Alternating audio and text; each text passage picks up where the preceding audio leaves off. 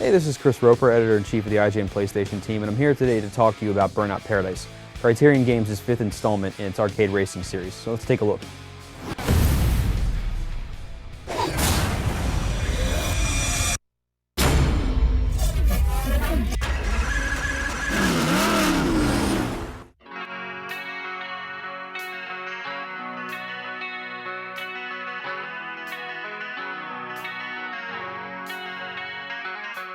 Though the series has consistently garnered high praise from both gamers and critics alike, Criterion doesn't like to sit still and continuously tweaks the core features from release to release. A lot of stuff has changed with Burnout Paradise, more so than really any other release in the franchise. Even the way that you earn cars has completely changed.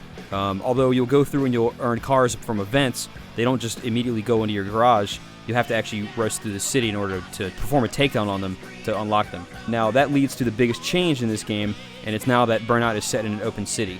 So you're not going through menus anymore and picking an event and doing it in whatever way you want. Now you're in this giant open city of Paradise City, and you basically choose whatever events you want to run in whatever order that you want to go.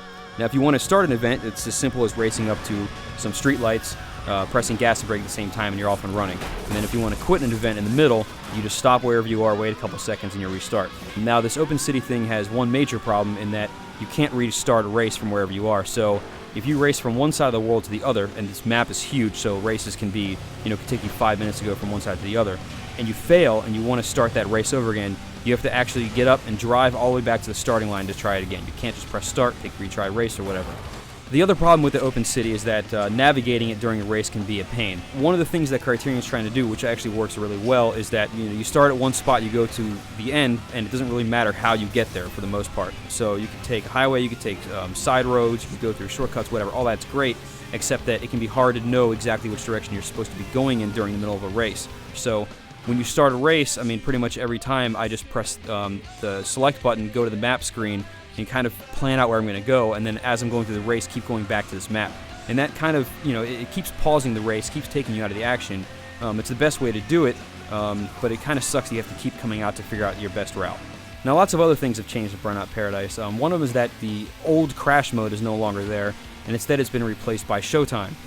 You can start this at any point by just pressing 2 triggers, and basically you just start crashing immediately. What's cool though is, since you can kind of keep going forever so long as you have boost and so long as you keep moving, you can actually get crashes that go 15, 20 minutes, half an hour. You go across the entire map and back, and when you start getting 400, 500, 600 car pileups, that's pretty cool. Road Rage is back again, and it's actually better than ever before. The core mechanics of Road Rage are exactly the same, where they'll say, take down 10 cars or whatever, and you have 3.5 minutes to do it, and you just go keep smashing cars into railings and whatever. But the cool part about it this time is that you now have more cars on the track. Basically, the chaos is just heightened a lot by that. So you're not going to get all the cars yourself. They're going to be taking down each other. They're going to be running into oncoming traffic, and they're basically just be flipping over top of your hood. And it's a much crazier experience just because of the increase in number of cars around you. Now, getting to those different car types, you'll find 3 different cars in the game. You find some are stunt cars, some are classified as aggression, some are classified as speed. Aggression cars are big and heavy, and they're good for road rages and takedowns and that sort of thing. The speed cars are, they give you a lot of boost. Their bad point is that you have to wait until your boost is full to use them. But if you do, you can actually, and you gain enough stunt points while you're boosting, then you can create a burnout chain and you automatically refill your boost.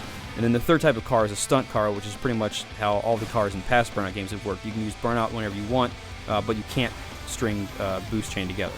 Now, possibly the coolest new thing in Burnout Paradise is the way that the online is set up. As opposed to having a separate menu where you jump online, you have to find your friends and invite them into a game and basically start this, match where you go from event to event. Online is as simple as pressing right on the D-pad. You bring up this menu where you have your friends and all this kind of stuff. You add them in there, you just start playing, and really the game doesn't change. You're just sitting where you are, and then all of a sudden you're online.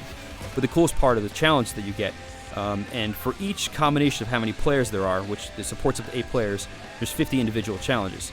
So there's 50 challenges for 2 players, 50 different challenges for 3, 50 different challenges for 4, and so on and so on. The challenges are pretty cool. They'll have things as simple as if you have 2 players and you have an open bridge, you need players on both sides of the bridge to take off and crash in midair, and then if you do so, you get credit for that. Now, the thing that's always made a Burnout game is its sense of speed, its controls, and Criterion has done that here. The controls are dead on perfect. You're always in perfect control of your car. It's fast as hell, especially when you get to some of the cars later on in the game, and it's extremely chaotic.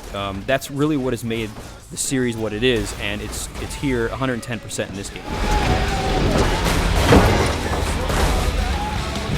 So despite its flaws, Burnout Paradise is a fun as hell racing game. Criterion's changed a lot this year, and although not everything works perfectly, what's there does work very well. The online play is fantastic, there's more cars, so the chaos is better.